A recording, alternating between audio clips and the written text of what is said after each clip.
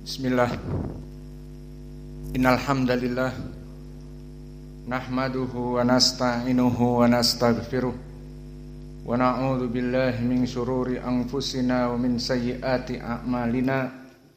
May yahdihillahu fala mudhillalah wa may yudlil fala hadiyalah. Wa asyhadu an la ilaha illallah wahdahu la syarikalah wa asyhadu anna Muhammadan abduhu wa rasuluh. Amma ba'd. Alhamdulillah, pada kesempatan petang ini ba'dal maghrib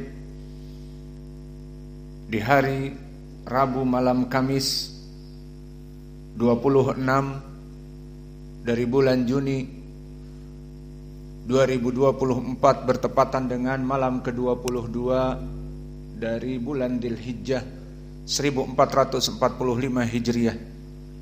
Kita lanjutkan kajian di Fakultas Ilmu Fiqih dalam pembahasan sifat wudu Nabi Muhammad sallallahu alaihi wa ala alihi wasallam.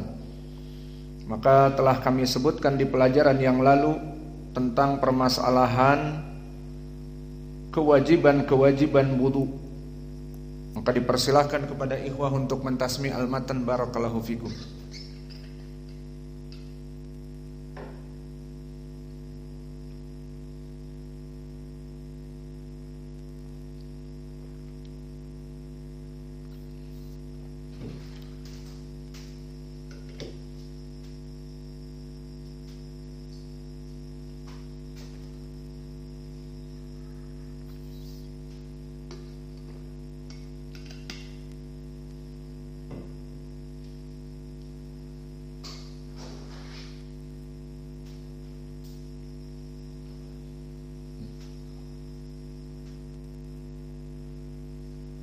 Nggak disiapkan. Panitia ini memang parah, nggak disiapkan. Yalah, yang hafal sini, baca di sini.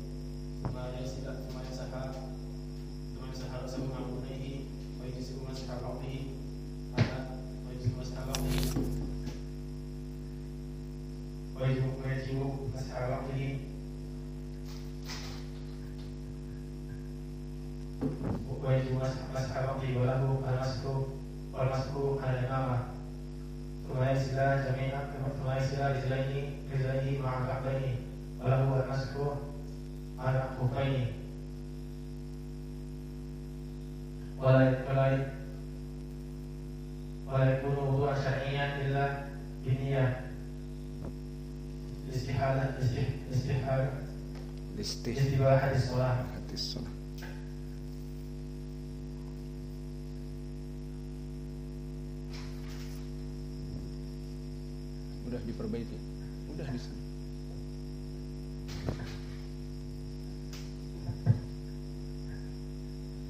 Bismillah. Qala al-mu'allif rahimahullah ta'ala, babul wudu'. Yajibu 'ala kulli mukallafin an yusammiya idza dzakara wa yatamadda wa yastanshaqa thumma yaghsila jami'a wajhihi wa thumma yadayhi ma'a mirfaqayhi thumma masaha ra'sahu ma'a udhnayhi wa yajzi al-mashu ba'dahu wal mashu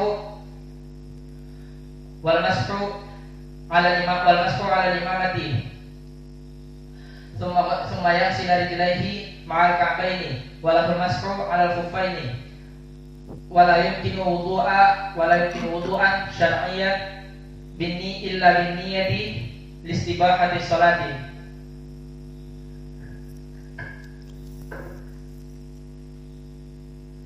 Bismillah. Qala Syaukani rahimahullah ta'ala, babul wudu'. Yajibu 'ala kulli mukallafin an yusammiya idza dzakara wa an yatamadda wa yastanshiqa thumma yaghsilu jami'a wajhihi thumma yadayhi ma'a mirfaqayhi thumma يمسح على رأسه مع أذنيه ويجزء مسح بعضهما والمسح على العمامة ثم يغسل رجليه مع كعبيه ثم وله المسح على الخفين ولا يكون وضوءا شرعيا إلا مع استحالة الصلاة.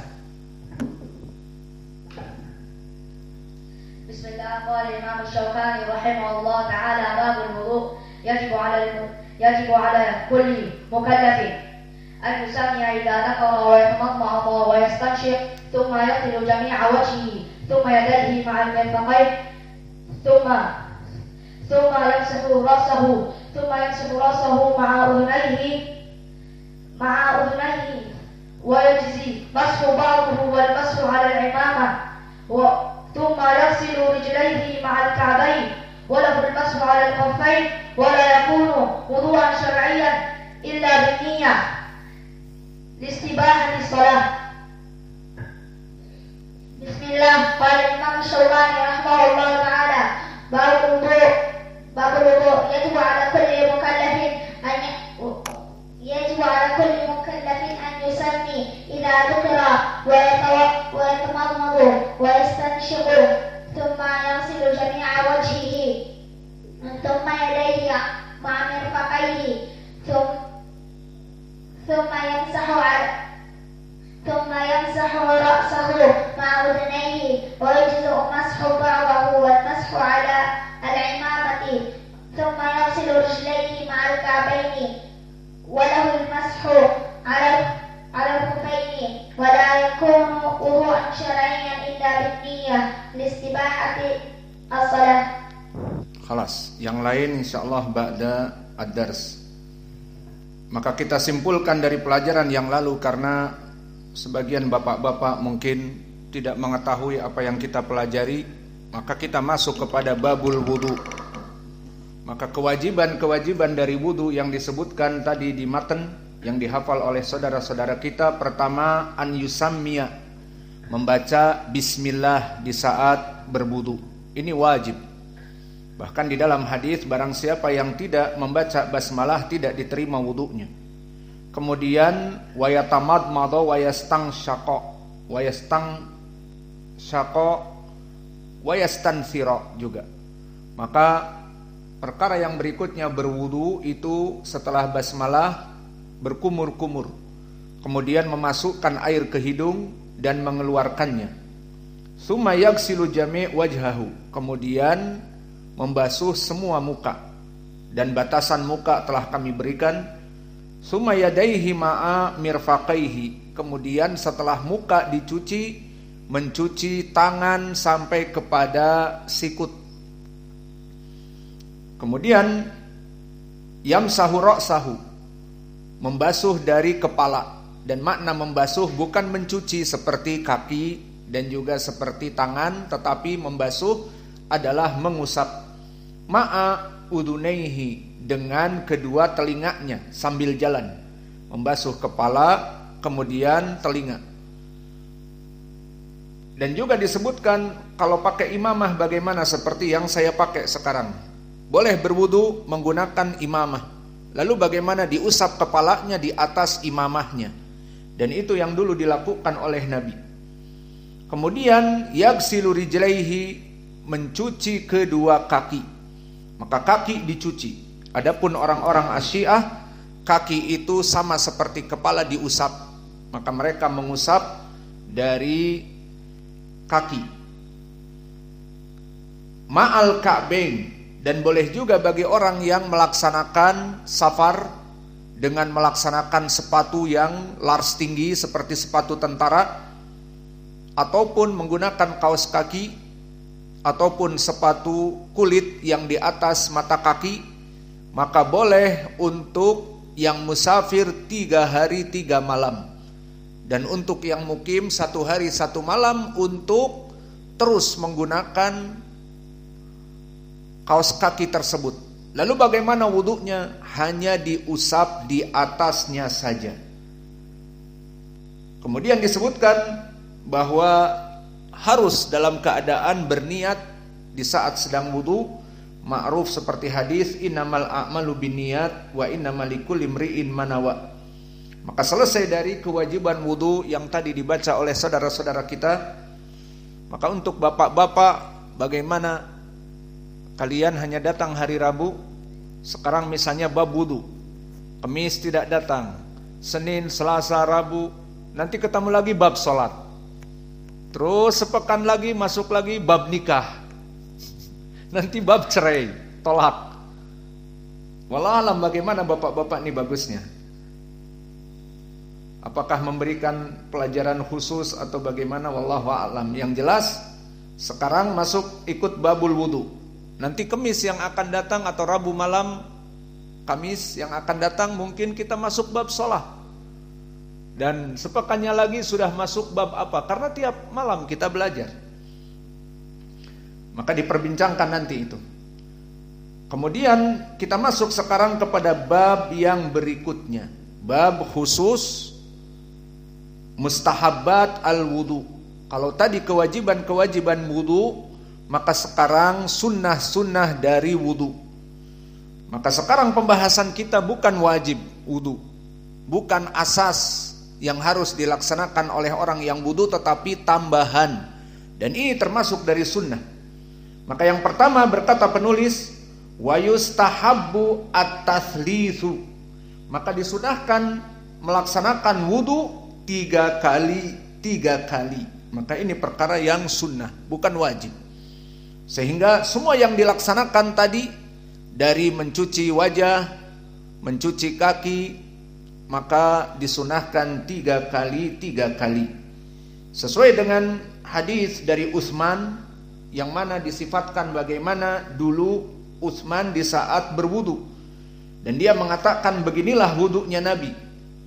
Tawadda'a salasan, bahwa dulu Utsman melaksanakan wudu itu 3 kali, sehingga di saat berkumur-kumur 3 kali, kemudian di saat membasuh muka 3 kali, mencuci kedua tangan 3 kali. Maka ini hadisnya telah datang dengan lafaz 3 kali, diriwayatkan oleh Imam Muslim dari Utsman. Dan ini hukumnya bukan wajib, yang wajib 1 kali, namun hukumnya sunnah. Maka sunnah yang pertama at-tathlits, melaksanakannya 3 kali. Kemudian berkata penulis fi ghairi ra's, maka penulis berpendapat kecuali kepala.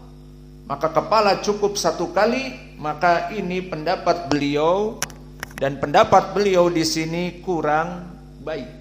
Kenapa kita katakan kurang baik? Karena telah datang hadis yang mana disebutkan di dalam Sunan Abi Daud dari Humran meriwayatkan dari Utsman, wa masaha ra'sahu thalathan, dan Utsman juga mengusap kepala 3 kali.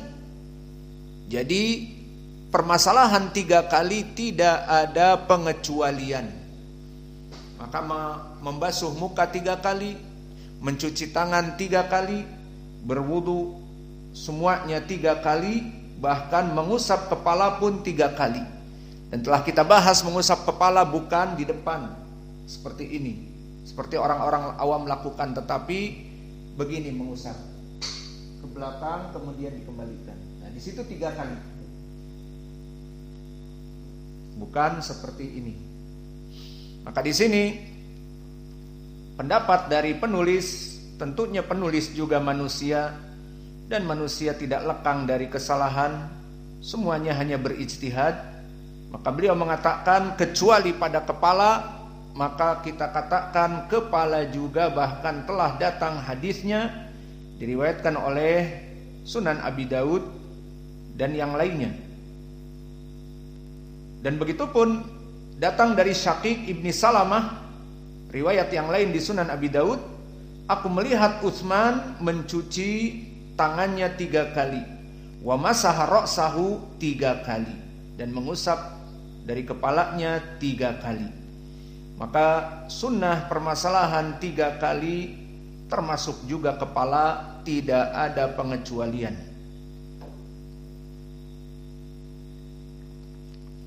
Maka antum tandai dari perkara yang kita tidak setuju dengan penulis, tandai ada berapa dari semenjak permasalahan air.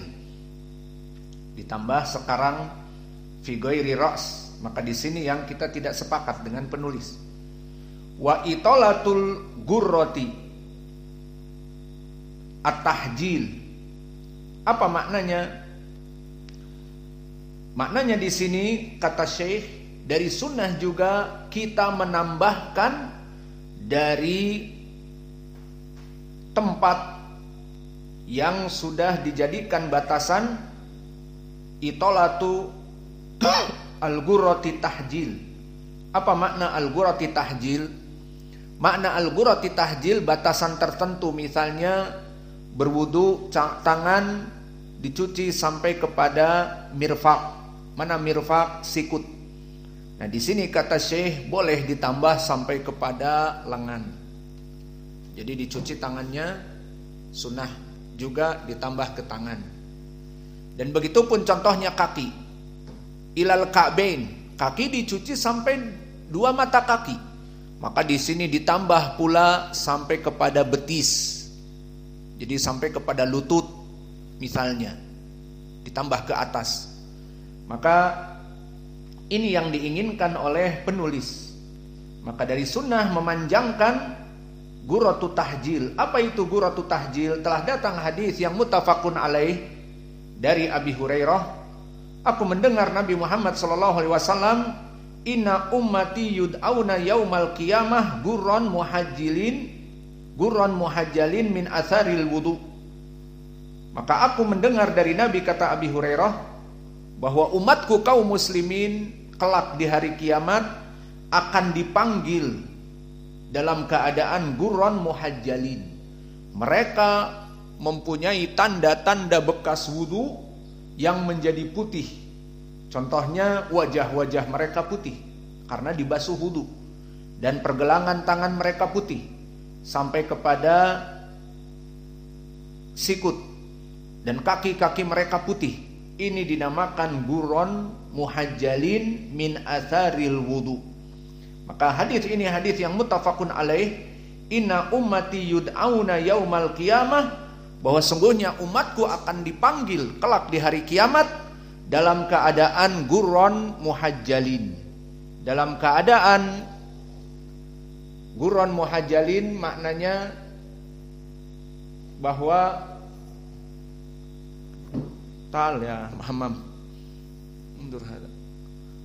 bahwa diundang kaum muslimin dalam keadaan gurran muhajjalin, asar dari wudu-wudu mereka dalam keadaan bercahaya.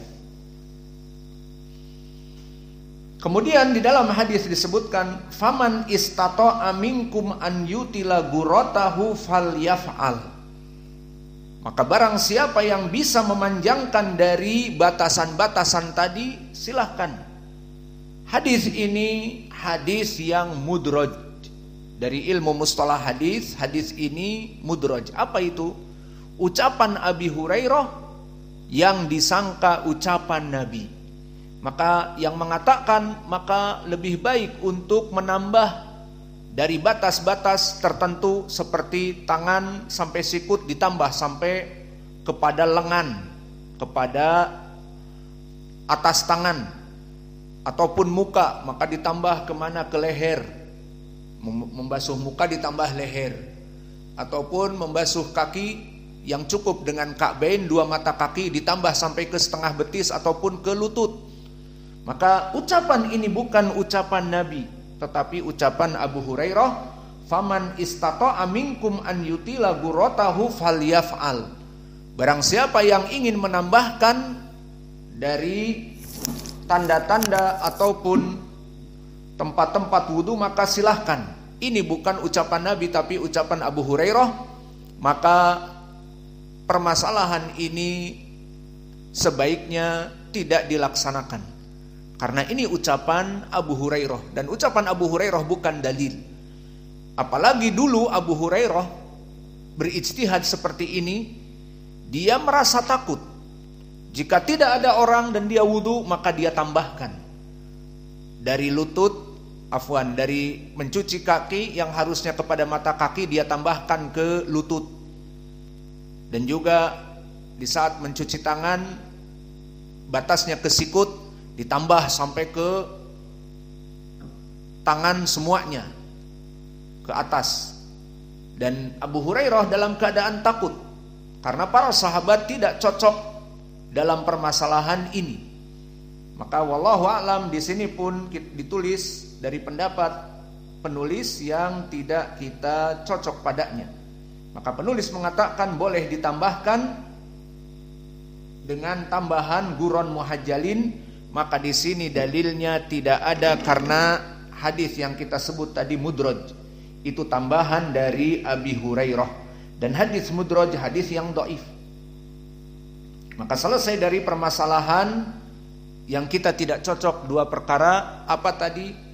Mengatakan penulis cukup kepala 1 kali, tidak usah 3. Maka ini pun kita tidak cocok. Dan yang kedua, boleh menambahkan dari batasan-batasan.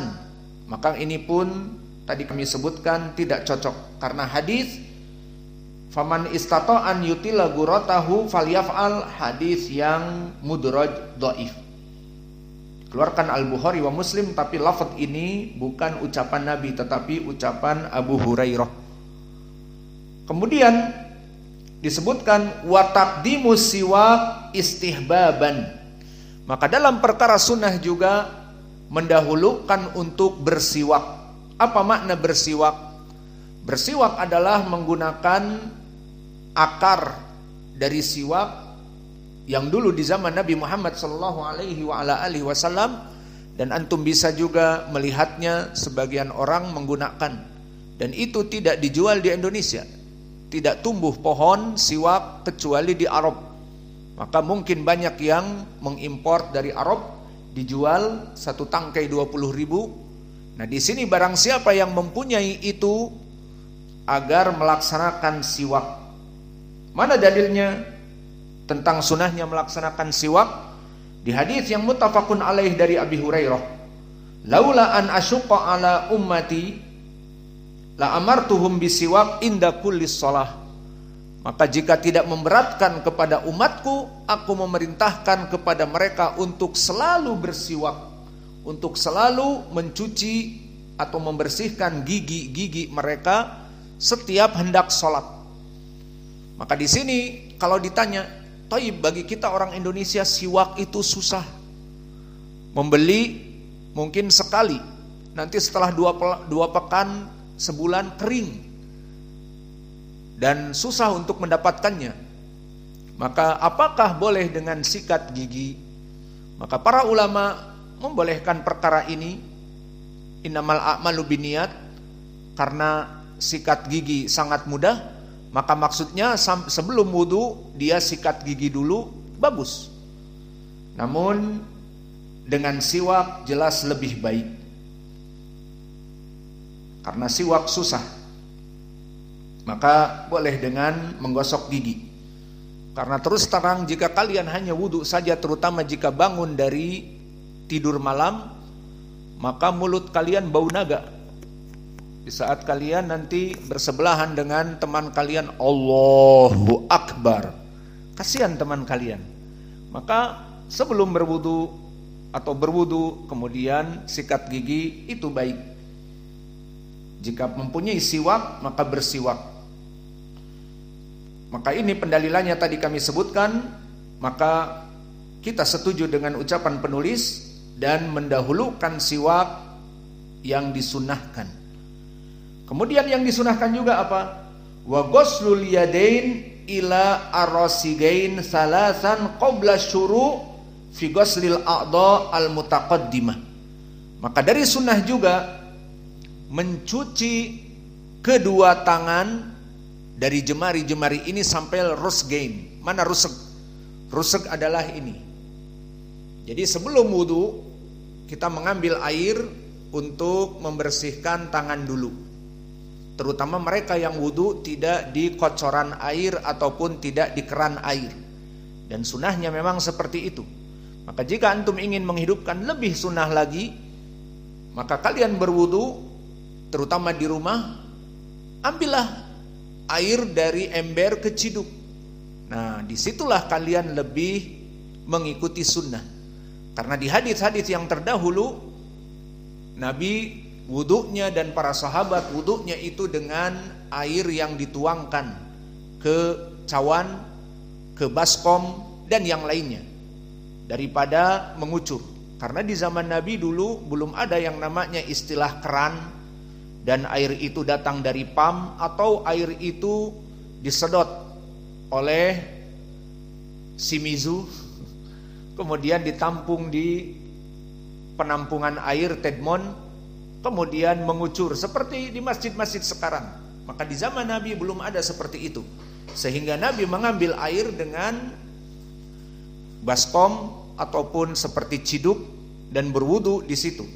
Maka di sini disebutkan oleh Syekh bahwa mencuci kedua tangan terdahulu 3 kali sebelum melaksanakan dari wudu, maka ini lebih baik.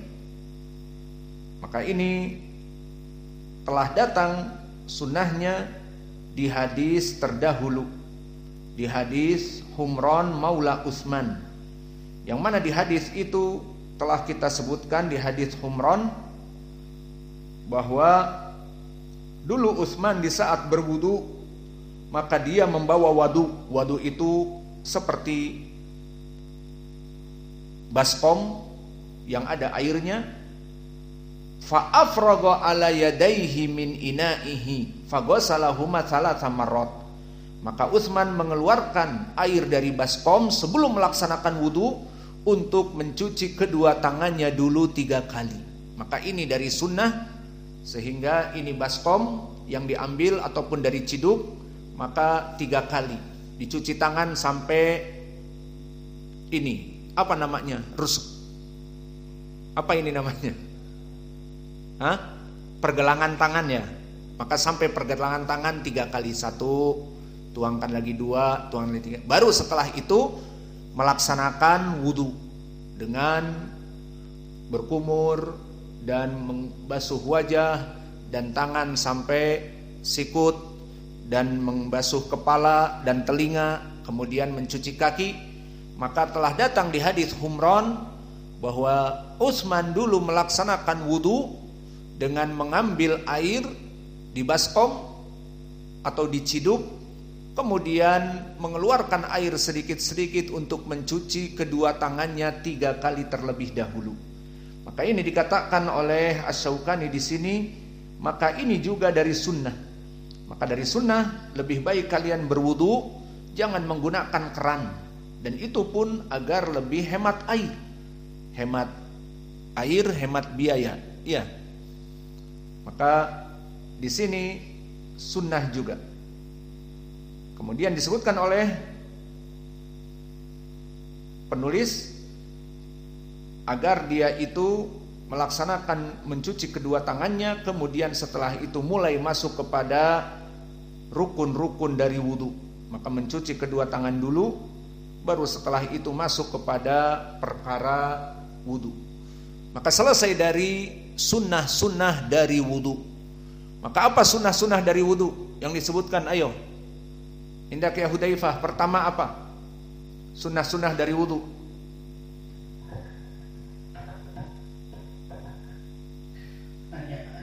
Ya tawaddu'a thalatha. Pakai bahasa Indonesia apa? Bahwa wudu itu dengan tiga kali. Jadi 3 kali itu sunnah. Terus yang kedua bersikat gigi sebelum atau bersiwak. Terus dan cucikan 2 tangan sebelum wudu 3 kali. Sampai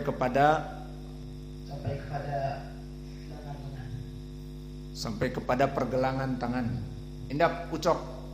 Ada 2 perkara di sini yang kita tidak setuju kepada penulis, apa saja dan mana dalilnya? Yang pertama, at-taslisu fi ghairi ras. Bagaimana bahasa Indonesianya? Melakukan 3 kali kecuali kepala. Maksudnya kepala cukup 1 kali gitu. Kita katakan tidak setuju karena apa? Datang hadis bagaimana? Datang hadis diriwayatkan Imam Al-Bukhari dan Muslim yang mana lafaznya Bukan Al-Bukhari, Muslim, Abu Daud. Abu Daud. Dari hadis Utsman disebutkan apa? Dulu Utsman juga meriwayatkan katanya dari Nabi mengusap kepalanya 3. Berarti tidak ada pengecualian hanya kepala 1 dan yang lainnya 3 kali, tidak. Semuanya sama 3 kali. Perkara yang berikutnya, melebihkan dari anggota bagian wudhu. Contohnya bagaimana? Seperti tangan, seperti membasuh kedua tangan sampai kepada 1 pergelangan. Harusnya sampai mana? Sikut. Ilal mirfaqain, harusnya kepada sikut. Ini ditambah sampai ke pangkal tangan. Atau kaki sampai kemana? Ke paha. Kejauhan ke paha. Sampai lutut atau setengah betis. Melebihi dari apa? Ka'bain. Apa ka'bain? Mata kaki. Jadi di Al-Quran disebutkan ilal ka'bain. Dan di hadis mencuci kaki sampai 2 mata kaki. Itu cukup. Tapi dulu Abu Hurairah memandang bahwa menambah sehingga sampai kepada lutut. Maka di sini tambahan pendapat dari Abi Hurairah dan dalilnya hadis tadi lafaz dari Abi Hurairah. Barang siapa yang ingin memanjangkan maka silahkan untuk memanjangkan. Ini ucapan Abu Hurairah, bukan ucapan Nabi. Sekarang masih ada waktu kan? Masih ada waktu. Maka kita masuk kepada nawaqidul wudu, pembatal wudu. Setelah tadi kita sebutkan kewajiban wudu dan sunnah-sunnahnya wudu, maka kita masuk kepada nawaqidul wudu. Apa yang membatalkan wudu? Berkata al-muallif, wa yantaqidu al-wudu'u bima kharaja minal farjain min ainin aw rihin. Dari apa-apa yang membatalkan wudu, apa-apa yang keluar dari al-farjain. Maksudnya dari belakang dan dari depan. Min ainin, baik dia berbentuk sesuatu seperti BAB tinja, BAK kencing, dan keluar mani ada jelas min ainin, aurih atau hanya sekedar gas. Jadi keluar gas pun membatalkan wudu dengan istilah kentut dan sebagainya. Maka mana dalilnya tentang permasalahan pembatal wudu itu? Apa-apa yang keluar dari depan atau yang dari belakang, baik berbentuk air maknanya kencing ataupun madi ataupun mani ataupun wadi, ini di pelajaran yang lalu, ataupun berbentuk feses yakni tinja BAB, atau hanya sekedar gas yakni kentut dan sebagainya. Maka dalilnya hadis yang muttafaqun alaih dari Abi Hurairah, la taqbalus shalah man ahdatha hatta yatawaddaa, bahwa tidak diterima salat bagi yang berhadas kecuali dia melaksanakan wudu. Lalu ditanya Abu Hurairah oleh seseorang dari Hadramaut, mal hadas ya Abu Hurairah? Qala al-fusa au durat. Maka apa itu hadas wahai Abu Hurairah? Dimisalkan oleh Abu Hurairah, dia adalah kentut. Maka maksudnya di sini angin pun batal wudunya. Air, kencing, mani, madi, al-wadi sama membatalkan wudu. Dan begitu pun yang berat-berat seperti tinja maka membatalkan wudu. Maka ini pendalilan dari pembatal wudu yang kami sebutkan tadi. Semua yang keluar dari depan dan belakang, baik air ataupun tinja ataupun angin, maka dia membatalkan wudu. Kemudian wa bima yujibu al-ghusla, dan apa-apa yang mewajibkan mandi. Apa yang mewajibkan mandi? Berhubungan dengan istri. Misalnya seperti hadis yang muttafaqun alaih dari Abi Hurairah, idza jatahada ahadukum ala syu'abil arba fawajabal ghuslu. Jika seseorang mendatangi istrinya dan dia berada di 4 cabang, di perempatan, maka wajib baginya untuk mandi. Maka jika dia wajib mandi, maka wajib pula untuk melaksanakan wudu. Itu maksudnya. Jadi pembatal wudu juga dia pembatal dari penyebab mandi. Maka orang yang junub, maka dia harus mandi junub. Dan juga dia jika ingin sholat harus berwudu. Itu maknanya. Maka dikatakan, dan dari pembatal wudu adalah apa-apa yang mewajibkan seseorang mandi junub. Berarti dia harus wudu juga. Setelah mandi junub, berwudu. Atau di saat melaksanakan mandi, dia niatkan untuk berwudu, maka bisa langsung. Kemudian apalagi? Wa naum muttaji' wa naumil muttaji'i, dan tidur dalam keadaan terlentang. Maka tidur terlentang seperti di zaman dulu para sahabat menunggu dari salat isya. Maka mereka salat maghrib kemudian salat isya, dan salat isya di zaman dulu dinamakan al-atamah. Kapan? Apakah sekarang ini? Jawabnya tidak. Apakah seperti sekarang jam 7, jam 7.30? Tidak.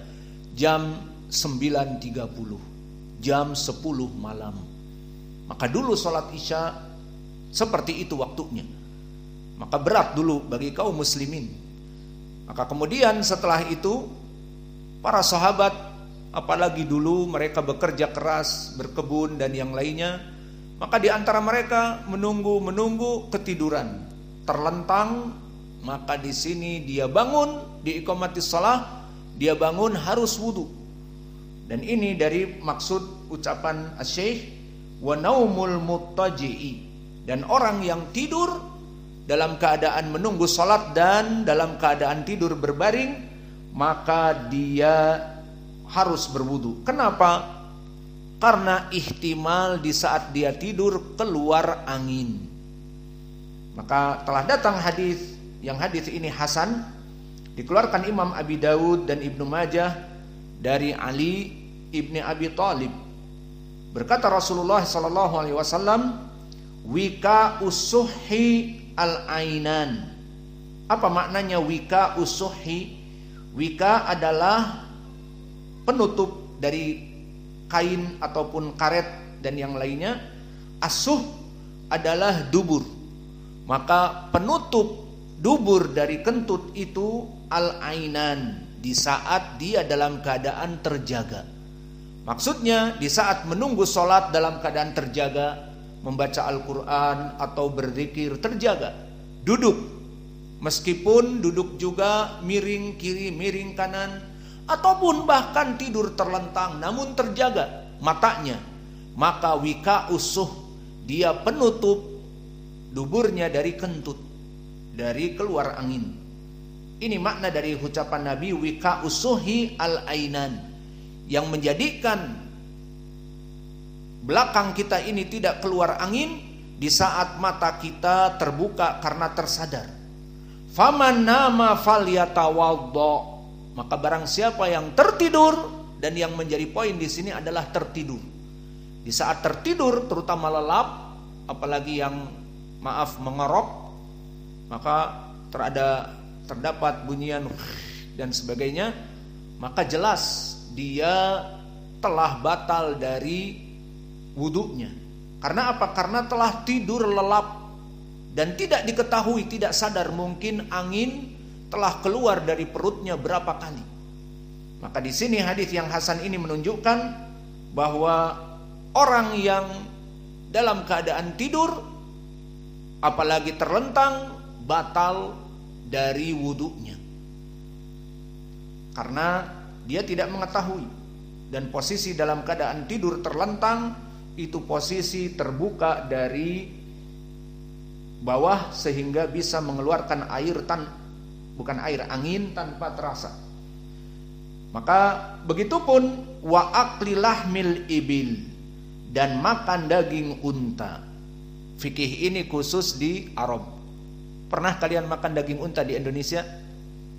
Mungkin wallahu alam dikirim oleh-oleh dari Arab mungkin. Namun yang jelas kita tidak pernah makan daging unta di sini.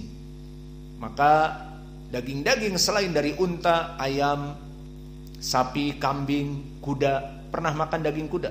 Kita pernah makan di Jeneponto. Di Jeneponto dijual kuda. Dijual per kilo setiap pekan. Maka mereka orang-orang Jeneponto badannya sehat bagaikan kuda karena makan kuda. Dan kami pun pernah memakannya, enak. Dan diberikan juga abon kuda, bukan abon sapi, abon kuda. Maka di sini di dalam hadis ini khusus makanan dari daging ibil, unta, maka dia itu jika memakan daging unta kemudian mau sholat harus wudu karena pembatal wudu. Apa hikmah dibalik itu? Wallahu a'lam. Dalam perkara-perkara seperti ini kita mungkin tawakuf, diam. Apa sebabnya jika memang tidak disebutkan oleh Nabi? Maka jika disebutkan sebabnya, alhamdulillah kita mempelajari sebabnya juga. Namun tanpa disebutkan sebab, apa sebabnya? Apakah mengandung banyak angin atau bagaimana? Wallahu a'lam. Maka mana dalilnya? Telah datang di hadis Muslim dari Jabir ibni Samurah. Ana rajulan sa'ala Rasulullah sallallahu alaihi wasallam atawaddo min luhumil ghanam qala in syi'ta fatawaddo wa in syi'ta fala tawaddo. Atawaddo min luhumil ibil qala na'am fatawaddo min luhumil ibil qala usolli fi marabidil ghanam qala na'am faqala usolli fi marabid au mabarikil ibil qala la. Maka maknanya di sini seseorang datang kepada Nabi dan disaksikan oleh Jabir ibnu Samurah yang meriwayatkan hadis ini. Ditanya Nabi oleh orang ini, ya Rasulullah, seseorang makan daging kambing, apakah wajib baginya wudu? Dijawab oleh Nabi dengan faidah, in syi'ta fatawaddo wa in syi'ta fala tawaddo. Bebas. Kamu ingin wudu, bagus.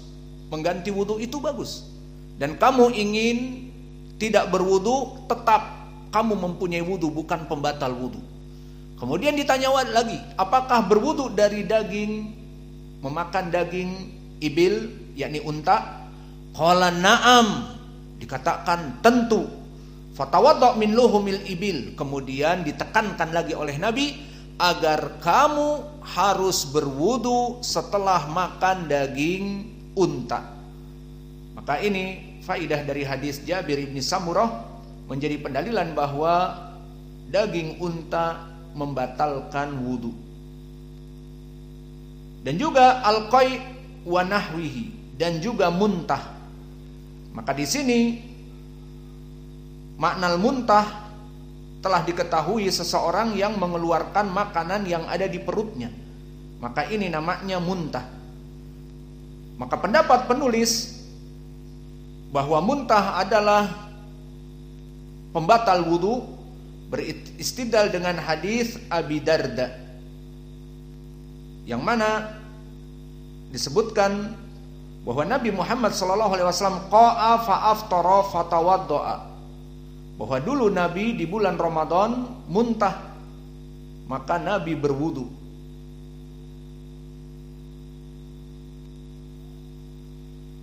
Maka hadis ini disebutkan oleh para ulama, Nabi dulu di saat bulan Ramadan qa'a, muntah.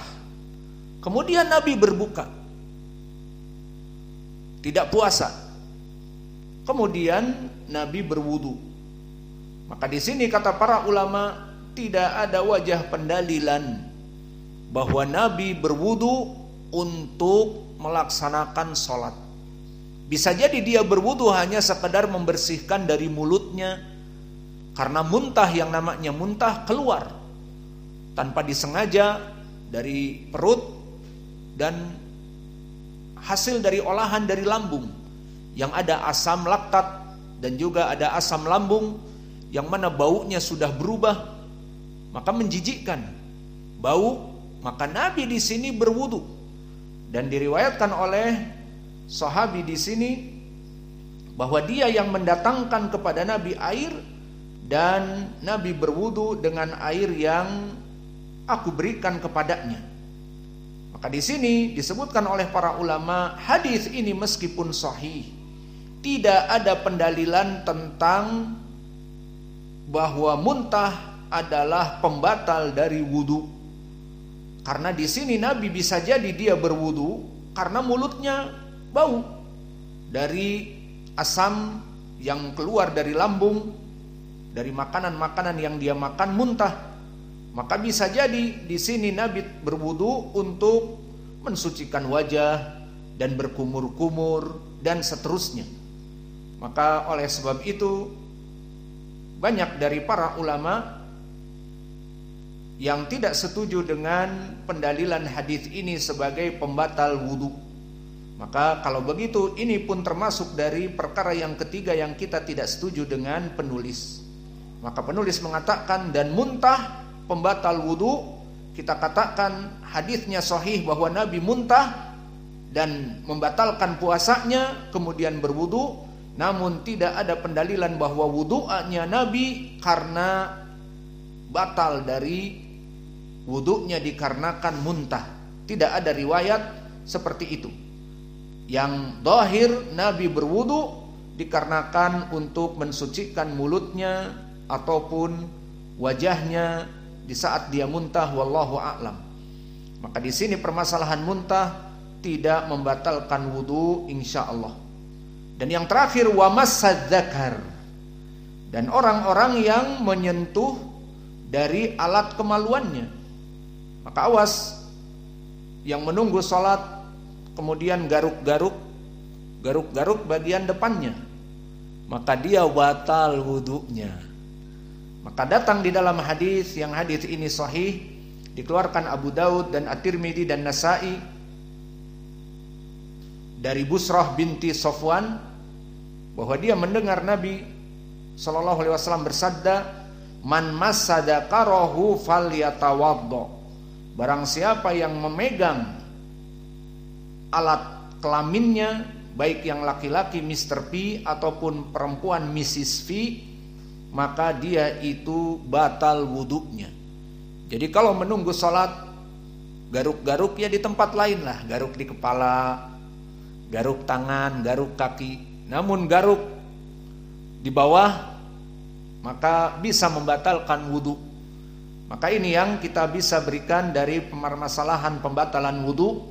Kalau kita simpulkan apa yang membatalkan wudu, pertama apa-apa yang keluar dari belakang dan depan, baik berupa tinja, air ataupun gas kentut, maka di sini dia berwudu. Lalu apalagi apa-apa yang mewajibkan mandi junub, berhubungan intim, maka dia pun harus berwudu. Maksudnya batal wudunya. Dan juga tidur dalam keadaan terlentang. Permasalahannya bukan masalah duduk atau terlentang, tetapi masalah tidurnya. Karena disebutkan bahwa dua mata di saat terbangun, dia adalah penyebab penutupnya dubur. Namun di saat tertidur maka dubur akan terbuka, maka dia akan batal. Maka orang yang tidur terlentang dan tidur memang, maka dia diusahakan untuk berwudu setelah iqamatis shalah. Dan juga memakan daging unta dan juga memegang dari alat kemaluan, ini pembatal wudu. Adapun permasalahan yang tadi khilaf dan kita tidak mengikuti madhabnya Syekh, al-qai, muntah, maka hadisnya telah datang bahwa Nabi dulu muntah kemudian berwudu. Maka ini tidak dijadikan pendalilan bahwa muntah itu pembatal wudu, tetapi ihtimal bisa dijadikan pendalilan justru Nabi ingin membersihkan dari mulutnya dengan berwudu dan wajahnya dari berwudu dengan berwudu. Maka wallahu a'lam, muntah tidak membatalkan wudu. Maka ini yang bisa kita berikan. Wa naktafi ila huna wa jazakumullahu khairan.